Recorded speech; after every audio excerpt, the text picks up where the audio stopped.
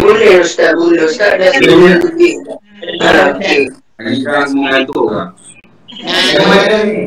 Ada. Okey. Majlis dulu. Bismillahirrahmanirrahim. Alhamdulillah Rabbil Alamin. Segala puji bagi Allah, Tuhan sekalian alam. Nahmaduhu, kita memujinya.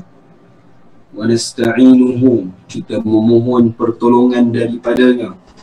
Wa nastaghfiruh, dan kita memohon keampunan daripadanya. Wa na'udzu billahi min syururi anfusina, dan kita berlindung dengan Allah Subhanahu wa taala daripada segala kejahatan-kejahatan yang ada pada diri kita. Wa na'udzu billahi min sayyiati a'malina, dan kita berlindung kepada Allah Subhanahu wa taala daripada segala kejahatan-kejahatan perbuatan-perbuatan kita. Asyhadu an la ilaha illallah wahdahu la syarikalah wa asyhadu anna sayyidana Muhammadan abduhu wa rasuluh. Amma ba'du. Assalamualaikum warahmatullahi ta'ala wabarakatuh. Alhamdulillah.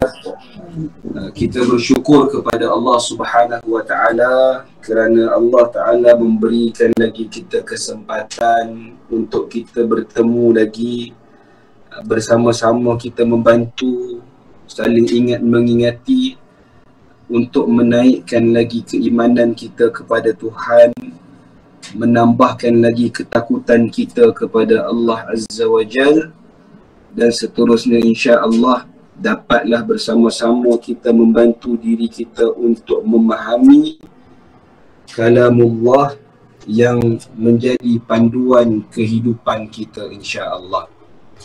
Jadi alhamdulillah, pada minggu yang sebelum ni telah kita bincangkan berkenaan dengan suratul Qari'ah, tadabbur suratul Qari'ah yang menceritakan berkenaan dengan suasana pada hari kiamat dan apakah yang akan berlaku bagi mereka yang sedikit amalannya ataupun ringan timbangan mizannya, dan pada akhirnya tempat mereka tersebut adalah di hawiyah. Fa ummuhu hawiyah, maka ibunya adalah hawiyah, tempat kembalinya hawiyah, iaitu neraka yang sangat dalam, iaitu narun hamiyah, yang sangat-sangat panas membakar mereka yang banyak melakukan kemaksiatan ketika mana ataupun dosa ketika mana mereka berada di muka bumi. Dan insya-Allah pada hari ini kita akan bincang berkenaan dengan suratul Adiyat. Dia surah Zalzalah, suratul Adiyat, suratul Qari'ah, dan suratul Takatsur, dan suratul Asr, dan juga suratul Humazah.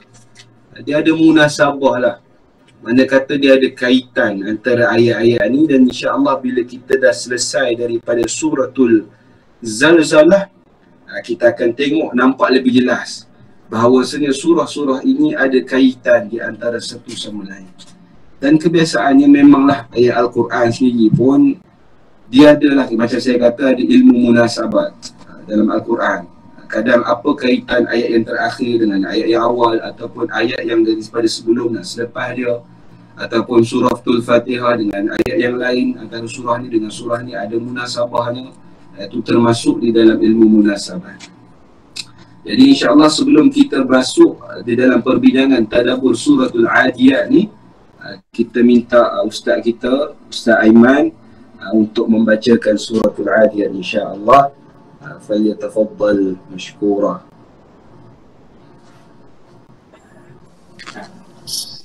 Assalamualaikum. Waalaikumsalam. Masya Allah. Seri cahaya nur.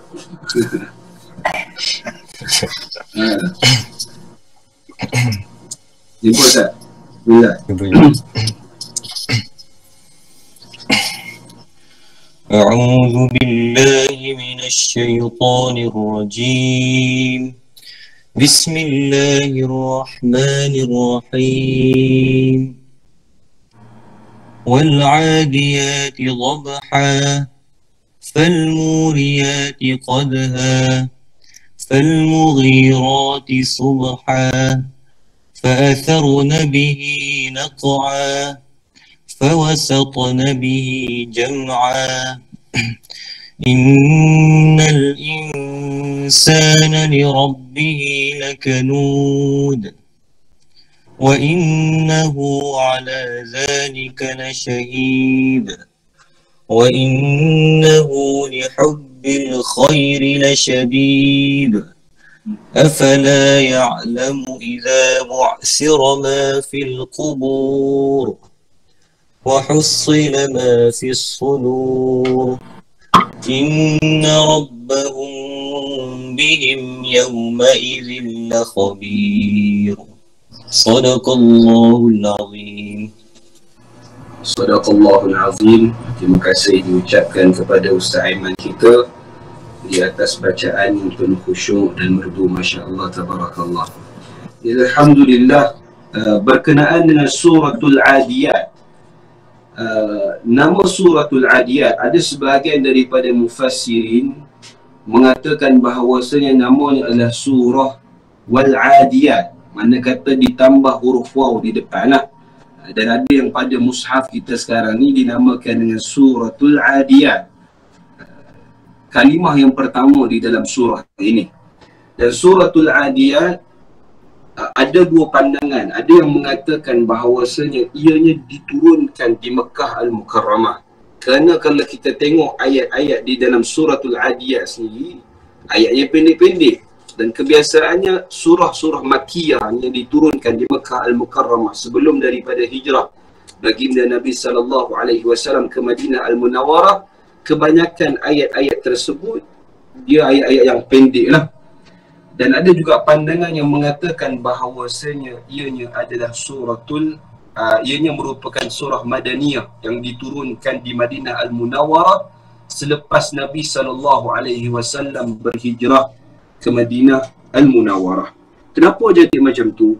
Sebab bila para ulama ataupun para sahabat sendiri, bila mereka hendak mentafsirkan maksud Al-Adiyat, Al-Adiyat ni antara pandangan yang dibawa seperti mana Sayyidina Ali bin Abi Talib radhiyallahu anhu, juga pendapat daripada Abdullah ibn Mas'ud radhiyallahu anhumah. Mereka mengatakan bahawasanya maksud bagi Adiyat, kalau kita tengok dalam terjemahan, dia bagi tahu kuda perang yang berlari sehingga tercungap-cungap. Okey, yang ni yang ada pada kita lah, terjemahan yang ada pada kita, dan begitulah pandangan jumhur ulama mufassirin mengatakan bahawasanya Al-Adiyat merujuk kepada kuda yang berlari-lari, yang sangat laju, menyebabkan selepas daripada itu dia tercungap-cungap kuda tersebut. Okey. Cuma pandangan Ali bin Abi Talib radhiyallahu anhu, juga Abdullah ibn Mas'ud mengatakan bahawasanya surah ini adalah surah Makkiyah dan tak munasabah kalau Allah Subhanahu wa taala turunkan di kota Mekah Al-Mukarramah nak bersumpah dengan kuda perang orang Islam. Padahal pada ketika itu peperangan belum lagi disyariatkan ataupun diizinkan oleh Allah Subhanahu wa taala, melainkan peperangan tersebut berlaku selepas daripada hijrah Nabi SAW di kota Madinah Al-Munawwarah. Maka mereka mentafsirkan maksud bagi Al-Adiyat ini adalah unta. Unta yang bergerak daripada Arafah ke Muzdalifah dan daripada Muzdalifah ke Mina ketika mana pelaksanaan haji. Ini pandangan yang dibawa ataupun tafsiran yang dibawa oleh Ali bin Abi Talib radhiyallahu anhu dan Abdullah bin Mas'ud dan beberapa orang sahabat yang lain. Cumanya Abdullah ibn Abbas radhiyallahu anhuma, yang mana Nabi SAW sendiri kita pernah dengar lah, Nabi pernah doakan dia dengan satu doa, iaitu Allahumma faqihu fid din wa 'allimhu ta'wil. Ya Allah, ya Tuhanku, faqihkanlah dia dalam agama dan ajarkan dia ilmu ta'wil. Dan di antara sahabat Nabi yang pakar dalam bidang tafsir, dia kata maksud daripada Al-Adiyat ni maksudnya adalah kuda perang, bukan merujuk kepada unta yang seperti mana disebutkan oleh Ali dan Abdullah bin Mas'ud. Dan ini sebenarnya ada perbincangan ataupun perdebatan lah di kalangan para sahabat pada ketika itu. Dan ini diriwayatkan sendirilah di dalam kitab tafsir Ibn Kathir sendiri.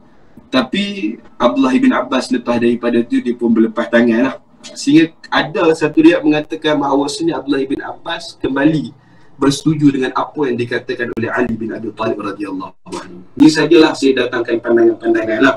Cuma jumhur ulama mufassirin mengatakan adalah al-adiyat merujuk kepada kuda perang. Allah dalam ayat yang pertama wal adiyati dhabha. Waw tu bermaksud wawul qasam. Wawul qasam ni adalah waw yang menunjuk kepada demi ataupun sumpah. Allah Subhanahu Wa Taala bersumpah dengan kuda perang yang berlari sangat laju sehingga menyebabkan dia tercungap-cungap. Okey, so kalau kita tengok daripada ayat yang pertama sehingga ayat yang kelima, wal adiyati dhabha fal muriyati qadha fal mughirati subha fa atharna bihi naq'a fa wasatna bihi jam'a. 5 ayat yang pertama ni Allah Subhanahu Wa Taala menceritakan sifat-sifat ataupun ciri-ciri kuda perang itu sendiri. Okey. Yang pertama kita boleh tengok Allah Taala kata demi kuda perang yang berlari sangat laju sehingga menyebabkan dia tercungap-cungap, termengah-mengah. Fal muriyati qadha, dan kuda itu bila mana dia lari laju sangat sehingga menyebabkan di kakinya menyala ataupun ada percikan-percikan api. Itu maksud dia fal muriya. Muriya tu bermakna yang memercikkan api di kaki, telapak kaki mereka, di celah-celah kakinya. Fal mughirati subha, yang menyerang, yang berperang ketika mana pada waktu pagi. Fa atharna bihi naq'a, disebabkan laju sangat pada ketika itu menyebabkan kata naik debu-debu lah. Debu-debu kata kita macam ribut lah, bukan macam pasir.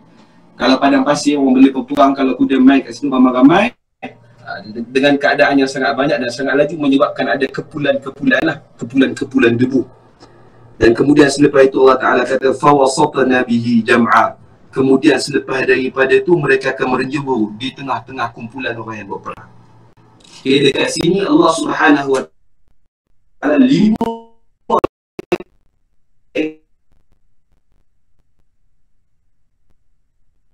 Allah Subhanahu Wa Ta'ala di dalam ayat ini seolah-olah nak menarik perhatian orang-orang yang mana pada kiri kuda merupakan satu kenderaan yang menunjukkan pada zaman mereka lah. Macam kita sendiri kalau kita kata kita tengok kita Mesra bila kita tengok Allah Subhanahu Wa Ta'ala datang sifat-sifat ciri dalam ayat yang pertama perhatian orang-orang musyrik macam pada diri. Sebab itu Allah SWT ketengahkan sifat-sifat kuda. Okey, persoalannya kenapa? Apa kaitannya? Sebab kalau kita tengok selepas daripada ayat yang kelima ni Allah Subhanahu Wa Ta'ala menerangkan sifat-sifat manusia itu sendiri yang tenggelam dengan kekayaan-kekayaan dunia, nikmat-nikmat dunia sehingga dia melupakan tujuan asal dia diciptakan oleh Allah Subhanahu Wa Ta'ala ke atas muka bumi ini semata-mata untuk menjadi hamba Allah yang sejati, mensyukuri segala nikmat-nikmat Allah dan menjauhi segala kekufuran. Muslimin muslimat yang dirahmati oleh Allah Subhanahu Wa Ta'ala sekalian, didatangkan Allah Ta'ala bersumpah ataupun bersumpah dengan kuda perang ni. Dia nak tunjukkan kepada kita sebab orang dulu bila mana mereka nak pergi perang, kita tengok tadi ada pada waktu pagi, dan Nabi SAW sendiri bila mana nak melakukan sesuatu peperangan ataupun nak memerangi satu kaum, Nabi SAW akan memulakan perang tersebut pada waktu pagi. Dan dia ada disebutlah dalam Sahih Al-Bukhari beberapa hadis yang juga diriwayatkan dalam Musnad Imam Ahmad. Muslimin muslimat yang dirahmati oleh Allah Subhanahu Wa Ta'ala sekalian, maka nak katanya kuda ni walaupun dia merupakan kuda yang liar, dia merupakan antara binatang-binatang yang liar, tetapi kalau dijinakkan ataupun kalau digunakan untuk satu-satu perkara, pasti dia akan patuh dengan tuan dia sendiri. Sehingga kan Allah Ta'ala menceritakan ayat ni, kuda ni bila mana dia berperang, bila nak pergi perang, kalau tuan dia suruh pergi perang, dia akan pergi perang sungguh-sungguh. Larilah, penat macam mana pun, maksud tercungak-cungak dia dhabha, lari dalam keadaan kepenatan sekalipun, dia tak akan berhenti sama sekali, melainkan tuan dia suruh berhenti, baru dia berhenti. Okay. So Allah Subhanahu Wa Ta'ala memberikan gambaran ataupun kiasan bagi kuda ni, nak tunjukkan kepada kita sebagai seorang hamba kena contohi seperti mana kuda yang mentaati tuannya dalam apa sahaja keadaan sekalipun. Kita sebagai hamba Allah, kita kadang-kadang penat dengan banyak ibadah yang kita lakukan, puasa, solatnya, nak lebih lagi kita berqiyamul-lail dan sebagainya. Benda-benda ini memerlukan kesabaran di dalam ibadah. Dan nak meninggalkan perkara-perkara kemaksiatan pun memerlukan kesabaran. Kalau kita tak sabar, kita akan terjebak dengan perkara-perkara tersebut ataupun meninggalkan segala suruhan-suruhan Allah Azza wa Jalla. Maka inilah Allah Subhanahu Wa Ta'ala membawa gambaran kuda ni. Kuda yang penat berlari ketika dalam peperangan, mereka takkan sama sekali berhenti, melainkan Tuhan kata mereka berhenti, maka berhenti, baru dia berhenti. Begitu juga kita sebagai hamba Allah Azza wa Jalla, bila mana kita ingin mengabdikan diri kepada Allah, Allah Subhanahu Wa Ta'ala Tuhan kita, maka kita kena patuhi Allah Subhanahu Wa Ta'ala walau apa keadaan sekalipun. Terpaksa, ikhlas kerana Allah, penat macam mana ke, ngantuk macam mana ke, kena ikut taat Allah Subhanahu Wa Ta'ala. Dan didatangkan, kalau kita tengok kat sini dalam ayat yang ketiga, Fal-Mughirati subha, mereka ni berperang pada waktu pagi. Ia juga menggambarkan kepada kita kesabaran. Bagi kita yang nak bangun subuh pada waktu pagi bukan senang, nak pergi solat subuh dan sebagainya. Dan ini memerlukan kesabaran yang tinggi, ketaatan yang tinggi, seperti mana Allah SWT ajarkan kepada kita untuk mencontohi kuda perang yang berperang pada waktu pagi, mentaati tuannya. Muslimin muslimat yang dirahmati oleh Allah Subhanahu Wa Ta'ala sekalian. Dan di dalam ayat ciri-ciri ni, kalau kita tengok, okay, apabila mana antara kiasan yang kita boleh lihatlah, okay, kalau kita tidak menjadikan Tuhan kita ataupun Tuhan kita Allah Azza wa Jalla di dalam kita hendak kata menghadapi kehidupan ini, okay, sebagai Allah sebagai Ta'ala Tuhan kita, kalau kita jadikan hawa nafsu kita sebagai Tuhan kita, maka kita juga akan menjadi kuda yang bersungguh-sungguh tak fikir apa. Sampaikan dia tahu dah di dalam peperangan tersebut, bila mana Tuhan dia suruh berlari, dia berlari pergi menentang musuh. Dan dia sampai kata macam tak tahu apa di hadapannya. Dekat depan kadang ada orang ada tombak, ada lembing dan sebagainya. Dia pergi saja, dia ikut saja apa Tuhan dia kata. Dia tak tahu pun risiko yang akan berlaku kalau dia bertemu dengan musuh yang mana akan menyebabkan dia juga akan tercedera ataupun dia akan mati. Ini berlaku kepada manusia-manusia yang tidak menjadikan Allah sebagai Tuhan mereka, tetapi menjadikan nafsu sebagai Tuhan mereka. Maka pada ketika ini nafsu yang akan menunggang seseorang itu. Kita ni ibarat kuda lah. Tapi bila mana Tuhan kita itu adalah nafsu kita, maka nafsu akan menunggang diri kita sehingga kita kejar dunia sangat-sangat sampai kita terlupa. Terlupa matlamat utama Allah Subhanahu Wa Ta'ala letakkan kita ke dunia ini hanya sementara. Sungguh-sungguhlah cari bekalan kebaikan, kebekalan amalan supaya kita selamat di akhirat nanti. Sebab sifat kuda yang perang ni, bila mana dia pergi ke depan, dia tak boleh belakang lah. Begitu juga Tuhan nak gambarkan kepada kita, kalau kita macam ni, pastikan jangan jadi macam kuda sangat. Bila kita duk cari dunia, pastikan kita kalah ke belakang. Tengok apa yang telah kita buat dalam kehidupan kita hari-hari yang telah kita lalui, ada tak kemaksiatan yang kita lakukan, dosa yang kita lakukan, supaya kita tidak terjerumus di dalam kemusnahan ataupun yang akan merosakkan kita. Sebab sifat kuda ni bila mana berperang, dia pasti tidak akan boleh ke belakang. So dia ada dua lah, ada dua kiasan yang kita boleh lihat dekat sini. Allah pertama, Allah Subhanahu Wa Ta'ala minta kita ataupun seolah-olah bagi tahu pada kita, jadilah seperti mana kuda yang taat pada tuannya walaupun dalam keadaan kepenatan tetap mentaati tuannya. Itu yang pertama. Yang kedua, kita akan diganggu dengan habuan-habuan dunia ni. Kalau kita kejar dunia seperti seolah-olah seperti mana kuda yang mereka melulu nak dapatkan satu-satu kejayaan tanpa kita toleh ke belakang. Setelah apa yang kita lakukan dalam kehidupan kita, kita juga akan terjerumus di dalam kemusnahan ataupun akan merosakkan kita pada satu masa nanti. So ni antara gambaran lah. Sebab itu dalam ayat ni kalau kita baca saja, kenapa Tuhan tiba-tiba nak bersumpah dengan kuda ni? Tetapi sebenarnya ada sifat-sifat kuda daripada ayat ini, boleh memberikan ibrah ataupun pengajaran kita sebagai seorang manusia, sebagai hamba Allah Azza wa Jalla. Okey. Jelas ke tidak? Jelas. InsyaAllah jelas. Okay. Untuk yang ni 5 ayat yang pertama lah, kita berkenaan dengan sifat-sifat kuda tu sendiri lah. Okay. Kemudian bila kita tengok di dalam ayat yang ke-6, okay, innal insana li rabbihi lakanud, sesungguhnya manusia itu sangat ingkar, yakni tidak bersyukur kepada Tuhannya.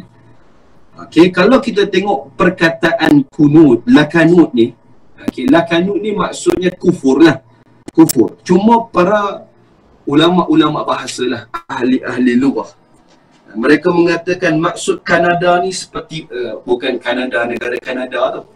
Dia daripada kunud, daripada kaf, nun, dal, Kanada. Okay, maksud Kanada ni adalah seperti mana tanah yang tak tumbuh apa. Okay, maksudnya macam mana? Di dalam Allah Subhanahu wa Ta'ala memberikan nikmat yang banyak pada seseorang manusia ni, dengan harta dan sebagainya. Okay, kalau tidak digunakan ataupun tidak diinfakkan di jalan Allah Subhanahu wa Ta'ala, maka sebenarnya dia merupakan salah seorang daripada manusia ataupun hamba yang telah kufur dengan Allah Azza wa Jalla, seolah-olah seperti mana tanah yang luas tetapi tidak boleh memberikan apa-apa faedah kepada sesiapa, kepada manusia. Kalau tanah itu luas, tanah itu subur, keluarkan tumbuh-tumbuhan, buah-buahan dan sebagainya, boleh beri manfaat. Tapi kalau tanah itu luas tapi tak keluarkan apa pun, maka ia tidak akan memberi manfaat kepada sesiapa pun. Dekat sini Tuhan bagi tahu kepada kita, innal insana li rabbihi lakanud, sesungguhnya manusia-manusia ini sangat ingkar dan kufur dengan nikmat yang Allah Subhanahu wa Ta'ala telah berikan kepada mereka. Okay, kenapa diletakkan harta kat sini? Sebab itu juga antara sebab Tuhan bersumpah dengan nama kuda perang ni, kerana orang-orang musyrikin Quraisy pada ketika itu, antara harta-harta yang mewah di sisi mereka pada ketika itu adalah kuda-kuda perang. Sehingga kita boleh lihat dalam peperangan Badar pada ketika itu, kalau satu-satu peperangan, kalaulah satu kumpulan itu mempunyai kata bala tentera daripada tentera-tentera berkuda yang sangat banyak, maka mereka ini nampak lebih kuat, lebih mewah dan lebih hebat berbanding dengan satu kumpulan yang mana mereka ini kuda mereka sikit. Itu sebablah Allah Subhanahu wa Ta'ala bersumpah dengan kuda perang ni, nak tunjukkan kepada kita, wahai mana, nak beritahu pada orang musyrikin Quraisy Mekah dan juga nak beritahu pada kita. Ni lebih tunjuk pada asalnya pada orang musyrikin Quraisy Mekah yang menguasai ataupun yang mempunyai banyak kuda-kuda perang ni. Harta-harta yang kamu ada, kalau kamu tak guna tadi, ataupun kuda-kuda perang yang kamu ada, kalau kamu tak guna untuk berperang di jalan Allah Subhanahu wa Ta'ala, maka ini semestinya tidak akan memberi manfaat kepada kamu. Tetapi kalau kamu ada kuda yang kamu guna untuk berjuang, berjihad di jalan Allah Subhanahu wa Ta'ala, maka ia akan memberi manfaat kepada kamu ketika mana kamu berada di hari akhirat nanti. So kiasannya, walaupun kita tak ada kuda sekarang, walaupun sekarang ada juga orang kaya yang mana beli kuda, duduk ada kandang, ada rumah, dekat rumah dia pun ada kandang kuda pun ada sebahagian daripada orang Melayu ni yang kaya sangat kan. Tapi kita tengoklah pada diri kita sendiri, apa harta yang kita ada dekat dunia ni, yang ada dengan kita sekarang ni, kalau kita tak gunakan di jalan Allah Subhanahu wa Ta'ala, infak di jalan Allah Subhanahu wa Ta'ala, maka seperti mana tanah yang sangat luas dan tidak boleh memberikan manfaat kepada dirinya dan kepada sesiapa pun. Bahkan termasuklah dia daripada golongan yang kufur dengan nikmat Allah Azza wa Jalla. Okay, itu ayat yang ke-6. Kemudian Allah Subhanahu wa Ta'ala tambahkan lagi sifat manusia ni, wa innahu ala dhalika la syahid, dan sesungguhnya dia ni manusia, menyaksikan, mengakui keingkarannya. Dahlah ingkar, dahlah kufur dengan nikmat Tuhan, tak kata tak infak di jalan Allah Subhanahu Wa Taala dan sebagainya. Dia pula mengaku dah, dia tahu dah memang aku ni memang jenis memang tak suka. Kata berinfak di jalan Allah, tak apalah. Orang nak kata apa, katalah. Yang penting ni hati aku. Aku nak buat apa dengan hati aku, terus kata aku lah. Tak ada siapa boleh kata kat aku. Macam itulah lebih kurang dia. Okay, tadi Allah Ta'ala cerita berkenaan dengan sifat-sifat apa ni? Secara detail Allah Ta'ala terangkan. Ni Allah Ta'ala terangkan sifat manusia yang mana dahlah tak gunakan harta-harta tersebut di jalan Allah, bahkan dia mengakui kekufurannya ataupun tidak bersyukur dengan nikmat yang Allah SWT telah berikan kepadanya. Kemudian di dalam ayat yang keempat Allah Ta'ala menyebutkan wa innahu lihubbil khairi lasyadid, dan sesungguhnya cintanya kepada harta tersebut benar-benar sangat berlebih-lebihan. Dan ini kita boleh lihatlah di dalam ayat apa? Surah-surah sebelum ni pun ada terang juga berkenaan dengan wailul likulli humazatil lumazah alladhi jama'a malan wa 'addada. Sebab tu saya kata suratul Zalzalah nanti insya-Allah kita akan bincang, suratul Adiyat, suratul Qari'ah, suratul Takatsur. Takatsur pun bincang berkenaan dengan orang yang kumpul harta banyak juga, kan? Lepas tu di dalam suratul Humazah sendiri pun mereka yang sibuk dengan mengumpul harta-harta mereka, ni Allah Ta'ala terangkan lagi wa innahu lihubbil khairi lasyadid, dan sesungguhnya pada harta dan pada dunia tersebut mereka sangat-sangat mencintainya. Okey, sebab tu saya kata Al-Quran ni antara surah dan surah ataupun ayat dan ayat ada kaitannya yang insya-Allah kita akan cuba gali satu persatu yang insya-Allah mudah-mudahan dapat menambahkan lagi keimanan kita kepada Tuhan. Kemudian Allah Subhanahu Wa Ta'ala mengatakan kepada kita pada ayat yang ke-9, afala ya'lamu idza bu'thira ma fil qubur, maka tidaklah dia mengetahui apabila mana apa yang di dalam kubur itu dikeluarkan, wa hussila ma fi sudur, dan apa yang tersimpan di dalam dadanya dilahirkan. Okey, dekat dalam ayat 2 ayat ini Allah Ta'ala gambarkan kepada kita bahawasanya apabila mana seseorang itu dimasukkan di dalam kubur, Allah Subhanahu Wa Ta'ala akan geledah, akan kulik semua yang ada pada diri kita ni, semua yang tersimpan, semua buku-buku apa yang telah kita lakukan di dunia, hatta yang kita lakukan sebesar zarah sekalipun. Dan ini nanti kita akan tengok di dalam surah Zalzalah, faman ya'mal mithqala dzarratin khairan yarah wa man ya'mal mithqala dzarratin syarran yarah. Okey, tu cerita berkenaan dengan siapa yang buat sekecil-kecil zarah sekalipun, Allah Subhanahu Wa Ta'ala akan hisab di dalam buku catatan amalan kita. Okey, so dalam ayat ni, dan kalau kita boleh tengok di dalam ayat yang suratul Takatsur, hatta zurtumul maqabir, sehingga bila mana kau masuk dalam kubur baru kau akan tahu apa yang akan berlaku dekat dalam kubur. So dekat ayat ni Tuhan bagi tahu bahawasanya wa hussila ma fi sudur, maksud hussila ni Allah Subhanahu Wa Ta'ala akan geledah, akan keluarkan semua yang tersimpan, semua yang asalnya kita suruh, kejahatan-kejahatan yang kita lakukan bersendirian, semuanya tidak sama sekali akan, orang kata, terlindung ataupun jauh daripada pengetahuan Allah Subhanahu Wa Ta'ala. Semua Allah Ta'ala akan ketengahkan, tunjukkan kepada kita, yang mana semua itu akan dihisab oleh Allah Subhanahu Wa Ta'ala. Dan zarrah di dalam suratul Zalzalah nanti kita akan bincanglah, cuma yang kita boleh faham daripada zarrah ni sebesar-besar zarrah ni kita tak dapat nak tengok dengan mata kasar kita, macam COVID-19 lah, tak dapat tengok dengan mata, tapi bila kena sakit teruk. Begitulah zarrah. Okey, dia motif, maksud zarrah ni adalah motif sebab kita lakukan satu-satu benda. Kadang kita tengok orang ni solat, tapi kita tak tahu motif di dalam hati dia. Mungkin dia solat ni kerana manusia, mungkin dia solat kerana Allah, mungkin dia solat ni kerana terpaksa dan sebagainya.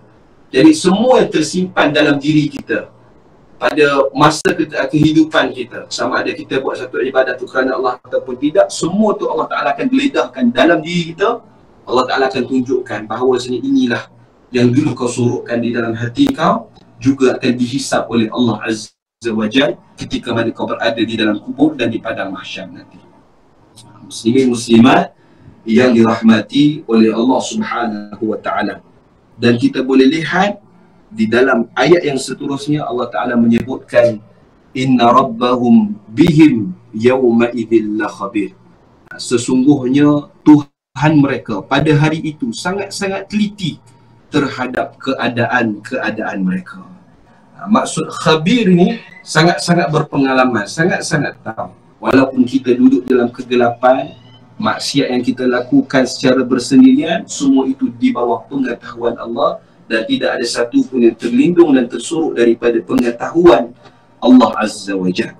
So kalau kita tengok 5 ayat yang pertama tadi, cerita berkenaan dengan sifat-sifat kuda tu sendiri. Okay, dekat yang seterusnya, selepas daripada 5 ayat yang seterusnya, Allah Subhanahu wa Ta'ala perincikan pula sifat-sifat manusia terhadap kecintaan mereka kepada dunia. Kalaulah kata sifat-sifat kuda pun, 5 sifat utama kuda tu Allah Ta'ala boleh perincikan satu persatu apa yang berlaku, apatah lagi apa yang telah kita lakukan di muka bumi ini, satu persatu juga Allah Subhanahu wa Ta'ala boleh sifatkan, boleh gambarkan, boleh ketengahkan. Inilah sifat-sifat engkau, inilah yang telah kau lakukan ketika mana kau masih hidup, ketika mana kau hidup di dunia. So sebenarnya macam saya katalah, ayat-ayat ni dia ada kesinambungan dia, yang mana Masya Allah Tabarakallah, walaupun sebelum ni kita baca begitu saja, tapi dengan Alhamdulillah berkat usaha kita adakan kuliah bersama-sama, kita kaji bersama-sama, insya-Allah dapatkanlah menambahkan lagi kefahaman kita dengan ayat-ayat ini dan seterusnya menambahkan lagi ketakutan kita kepada Allah Azza wa Jalla. Muslimin muslimat yang dirahmati oleh Allah Subhanahu wa Ta'ala sekalian. Dekat sini juga saya nak ketengahkan ada di dalam tadi ayat yang keempat, fa'atharna bihi naqa'a. Okey, bila mana kuda-kuda tersebut bila dah ramai ataupun dah banyak sangat kuda-kuda berlari, akan timbul asap ataupun debu yang sangat inilah. Kalau dalam peperangan, benda ni akan mengganggu pihak musuh lah. Bila tengok tu menunjukkan mereka sangat ramai, dan benda ni akan menakutkan orang-orang ramai pada musuh-musuh mereka pada ketika itu. Biasanya ini dilakukan kalau nak dekat-dekat kalah lah. Biasanya pasukan tentera yang nak dekat-dekat kalah, mereka akan cuba gerakkan kuda mereka sebanyak yang boleh supaya menimbulkan debu asap yang sangat kuat, sangat-sangat tinggi, dan seterusnya akan orang kata seolah-olah menekan psikologi musuh pada ketika itu, takut kepada mereka. So dekat sini Allah Ta'ala nak gambarkan juga kepada kita, apabila mana seseorang itu dia ni dah dicop ataupun dijamin masuk ke dalam neraka Allah Azza wa Jalla di atas kemaksiatan mereka, begitu juga ketika mana perjalanan mereka nak menuju ke neraka, Allah Subhanahu wa Ta'ala menunjukkan neraka pada ketika itu kepada mereka. Mana kata walaupun belum sampai depan neraka lagi, daripada jauh perjalanan mereka nak ke neraka tu pun Allah Subhanahu wa Ta'ala dah tunjukkan kepada mereka bagaimana neraka itu sendiri, menyebabkan di dalam perjalanan mereka pada ketika itu ketakutan yang sangat-sangat, sehingga menyebabkan tercungap-cungap, tembul letih sangat, dan sangat-sangat takutlah. Nak pergi dah lah memang masuk neraka, daripada jauh dan nampak neraka, dipaksa berjalan ke sana lagi untuk masuk dalam ke neraka. So keadaan ahli-ahli neraka ni seperti mana juga kuda-kuda yang tadi tu dalam keadaan kepenatan, tercungap-cungap mereka dalam keadaan ketakutan nak dimasukkan ke dalam neraka Allah Subhanahu wa Ta'ala.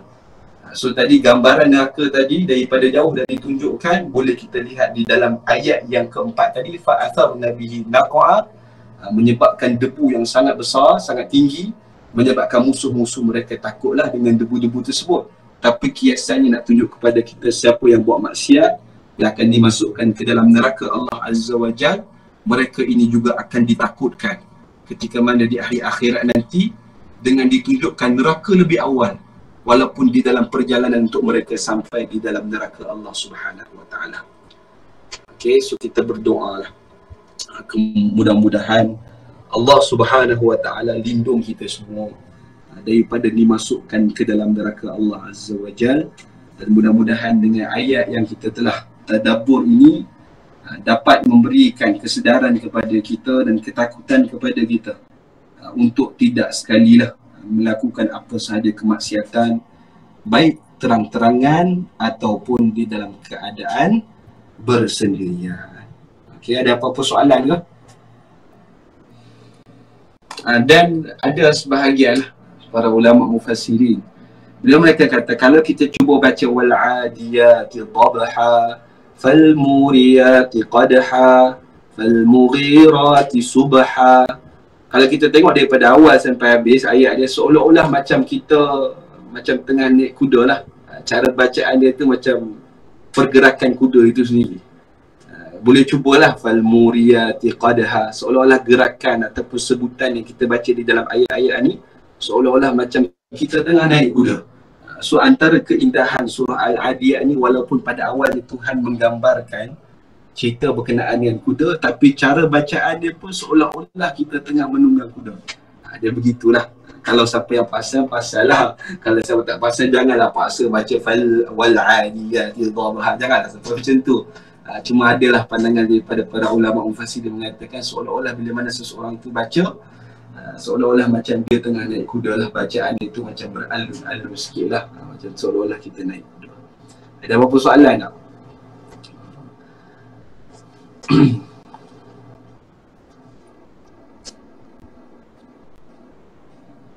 Saya tengok lagi kalau saya ada tinggal. Ada, insyaAllah. Ustaz, Ya saya. soalan tu tak ada, tapi saya nak buat macam ulangan balik untuk peringatan saya. Bermakna ayat ni ada dua makna lah maksud dia ni. Satu gambaran baik, satu gambaran yang kurang baik lah. Dan berkaitan pula dengan manusia, harta dan iman seseorang tu. Macam betul. tu kan? Betul. Sebab apabila mana seseorang itu diuji dengan kekayaan yang sangat banyak.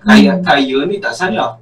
Tapi bila kita kaya, sehingga selepas daripada tu tak boleh beri manfaat kepada sesiapa lah. Kita simpan untuk diri kita saja. Dan Allah Ta'ala dah tegah dah dalam ayat-ayat yang sebelum ni kan. Siapa yang cinta pada dunia ataupun suka dengan banyaknya harta tanpa berinfak di jalan Allah dan apa sebagainya, maka selepas daripada itu iman dia tu akan tergugat. Bila tergugat, barulah dia akan berpaling lah dengan Allah Azza wa Jalla. Dia akan lupa dengan Allah Subhanahu wa Ta'ala.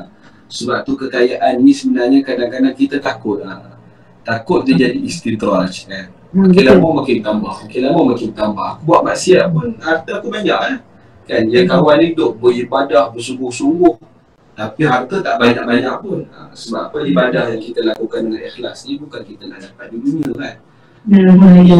Beginilah kadang-kadang Allah Ta'ala nak uji seseorang. Dia kata aku solat biasa-biasa 5 kali, waktu solat pun aku tetap kaya, bisnes aku tetap maju, gaji aku tetap besar, jawatan aku makin lama makin tinggi kan. Sehingga harta tersebut tak beri manfaat untuk diri dia ataupun memberi manfaat kepada umat. Kaya tak salah, tapi jangan sampai mematikan hati kita, sampai kita cinta kepada dunia, sampai kita sayang pada harta tersebut, sampai susah kita nak berinfak di jalan Allah Subhanahu wa Ta'ala. Ustaz, kalau dulu saya tak faham, saya faham ikut terjemahan dia, saya tak tahu huraian yang macam ini mendalam lah. Syukurlah mana saya dapat faham sangat lah. Bukanlah faham sangat, alhamdulillah lah boleh saya faham, dapat gambaran tu. Yang ini digambarkan macam ni, yang ini digambarkan macam ni, ada kaitan dia. Kalau kamu buat macam ni, kalau macam ni. Terima kasih banyak-banyak Ustaz. Alhamdulillah, sama-sama. So insyaAllah mudah-mudahan kita jadi kuda yang taat pada Allah lah. Taat pada Tuhan kita iaitu Allah. Jangan kita jadi kuda yang tuannya nafsu. Bila tuannya nafsu, dia tak toleh terus dah. Dia pergi sampai satu masa akan beri mudarat pada dia dan akan merosakkan dia lah. Sebab tu Tuhan gambarkan sifat-sifat kuda ni lah. Jangan turun dulu, tengok juga ke belakang apa yang kita dah lakukan, muhasabah balik, taubat balik kan, kembali kepada Allah Azza wa Jalla. Tapi dalam mentaati Allah juga kita boleh tiru seperti mana kuda yang taat pada tuan dia, walaupun dalam keadaan kepenatan. Kalau tuan dia tak suruh berhenti, dia tak berhenti sampailah dapat apa yang tuan dia nak. Begitulah juga kita dengan Allah, ibadah sungguh-sungguh, jangan sesekali pernah berputus asa dengan Allah Subhanahu wa Ta'ala. InsyaAllah mudah-mudahan Allah Subhanahu Wa Taala akan memberikan ganjaran yang telah dijanjikan olehnya sendiri, dan Allah Subhanahu Wa Taala tidak akan sesekali akan mengingkari janjinya. Inna Allah la yukhliful mi'ad. Terima kasih Ustaz. Sama-sama. Ada lagi soalan ke? Nampak ayat pendek tapi alhamdulillah lah. Makin lama insya-Allah rasa seronok lah nak belajar sikit lah. Saya ni minat bidang hadis kan, tapi bila Kak Nur sendiri bagi peluang mengajar tafsir ni, saya jadi minat pula bidang tafsir ni. Jadi sedap pula kan. Sebab saya ada dua pilihan untuk saya sambung master nanti tahun depan ni untuk permohonan. Sama ada saya mohon untuk ke arah tafsir ataupun ke arah hadis. Tapi bila dah kita pergi pelan-pelan ni kan, rasa macam seronok juga.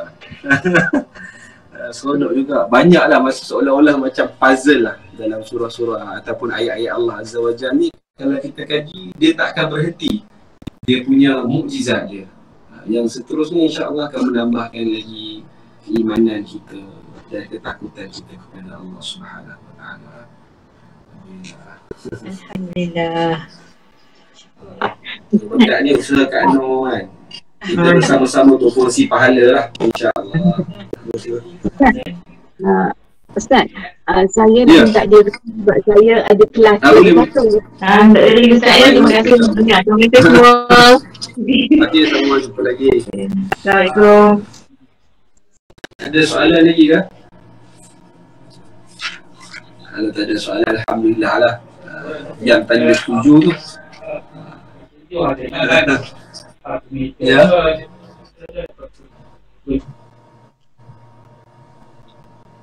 Tak dengar tadi. Ada orang cakap tadi. Tak jelas sangat.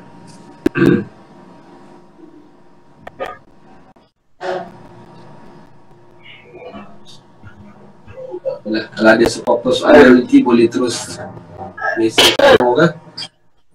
Boleh jawab, insyaAllah saya jawab. Okay, jadi kalau tak ada apa, kita akan tutup majlis kita dengan kafaratul majlis dan suratul Asr. Dan insyaAllah kita akan jumpa pada minggu yang seterusnya untuk bincang kenaan dengan suratul Zalzalah insyaAllah. Sekian daripada saya. Minta maaf di atas kekurangan. Kalau ada salah boleh terus tegur saya dan perbetulkan saya. Mudah-mudahan Allah Ta'ala memberikan keberkatan dalam pertemuan ini dan insyaAllah menempatkan kita semua di dalam syurga Allah seperti mana Allah Ta'ala